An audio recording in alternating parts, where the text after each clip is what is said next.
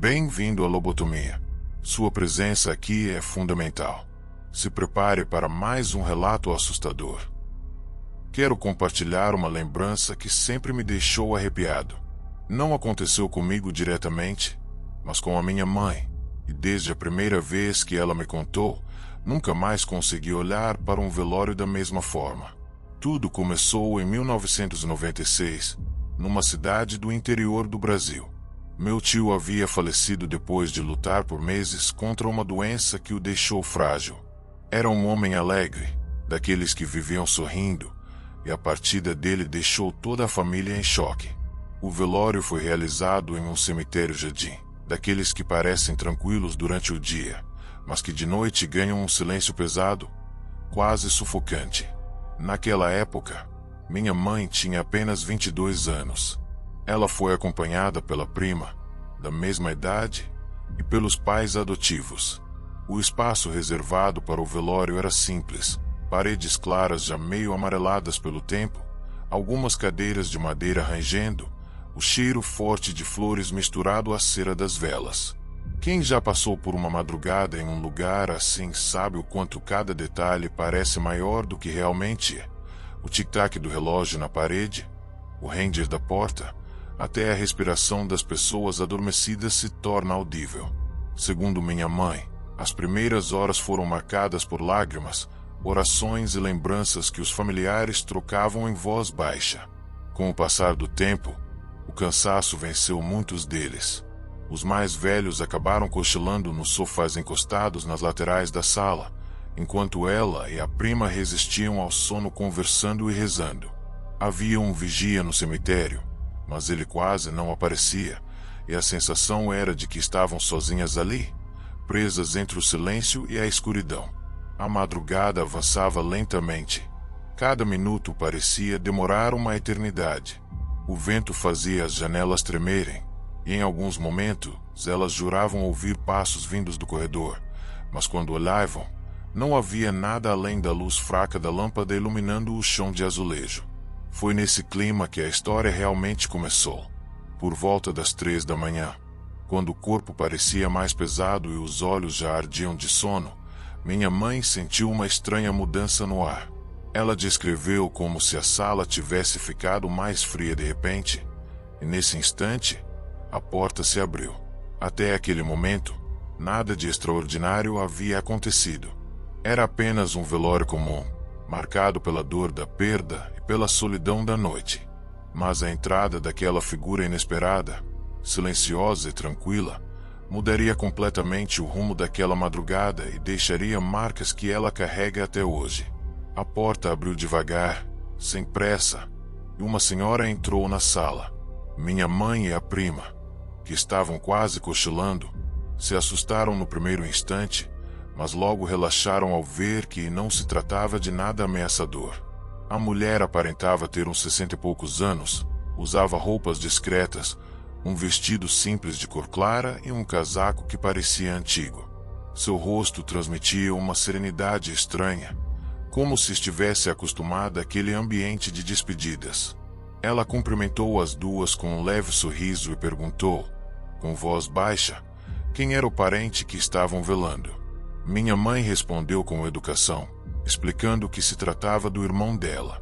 A senhora demonstrou compaixão, inclinando levemente a cabeça, como quem entende o peso da dor alheia. A conversa se estendeu por alguns minutos. Falaram sobre a vida, sobre a fragilidade do corpo humano, sobre como ninguém está preparado para a partida dos que ama. A senhora dizia coisas simples, mas que pareciam carregar um significado maior, quase como conselhos. Minha mãe contou que, em certos momentos, tinha a impressão de que ela não estava apenas falando de luto, mas de algo mais profundo, como se quisesse ensinar uma lição. Depois de um tempo, a visitante caminhou até o caixão do meu tio. Ajoelhou-se diante dele, juntou as mãos e fez orações em silêncio. Em seguida, murmurou um Pai Nosso e algumas Ave-Marias, pedindo pela alma daquele homem que ela nunca havia conhecido.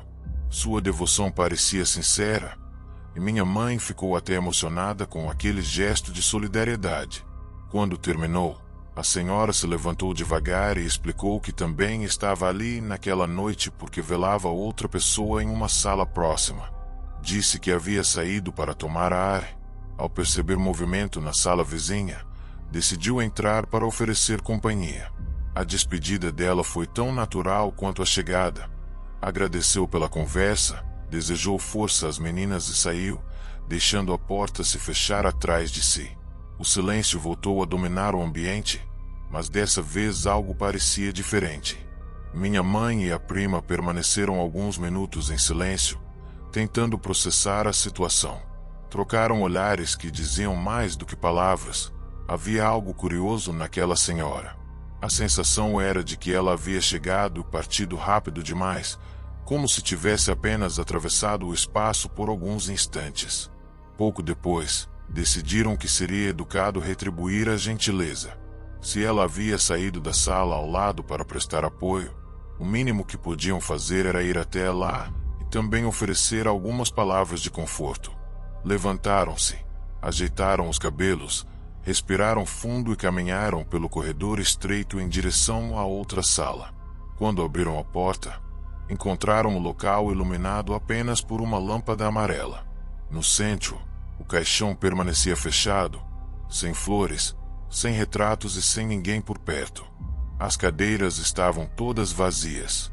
Minha mãe pensou que talvez os familiares tivessem saído para descansar ou comer alguma coisa, mas a ausência de qualquer detalhe, uma bolsa, um casaco, até mesmo um copo de água, deixava o ambiente frio e desolado. Mesmo assim, por respeito, ficaram alguns minutos ali em silêncio e dedicaram uma oração breve ao falecido que repousava naquela caixa lacrada. Ao saírem, a prima comentou baixinho que não havia sentido o cheiro de perfume, nem notado passos da senhora no corredor. Minha mãe preferiu não responder, mas dentro dela um desconforto começou a crescer. A madrugada estava só na metade, e ainda havia muito tempo, até o nascer do sol. As horas seguintes se arrastaram como se o tempo estivesse preso. O frio da madrugada parecia aumentar, e até o simples ato de pescar exigia esforço. Minha mãe tentava se manter firme, mas a cada vez que lembrava da visita inesperada, sentia um arrepio subir pela nuca.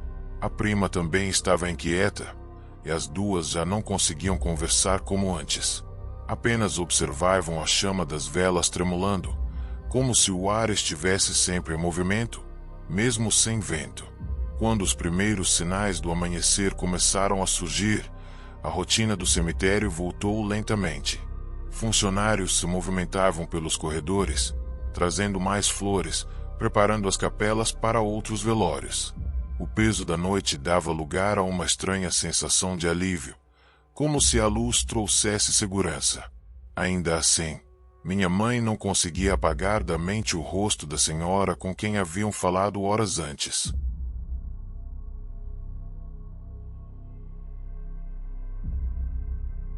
Decidiram então procurar por ela antes de irem embora. Queriam agradecer a companhia e talvez oferecer apoio à família que ela havia mencionado. Caminharam até a sala vizinha, agora com mais movimento. Pessoas estavam reunidas. Algumas choravam baixinho, outras permaneciam em silêncio respeitoso. Foi nesse instante que o choque veio. Entre as coroas de flores e os arranjos espalhados, havia um grande retrato apoiado em um cavalete, voltado para todos que se aproximassem do caixão. A imagem mostrava claramente a mesma mulher que havia entrado em sua sala de madrugada, conversado com elas e feito orações pelo tio. O sorriso discreto, os cabelos grisalhos presos em um coque simples, o mesmo olhar sereno. Não havia como confundir. Minha mãe congelou. A prima, ao lado, ficou sem palavras, apenas segurou forte no braço dela. A fotografia não deixava dúvidas. Aquela era a falecida que estavam velando naquela sala.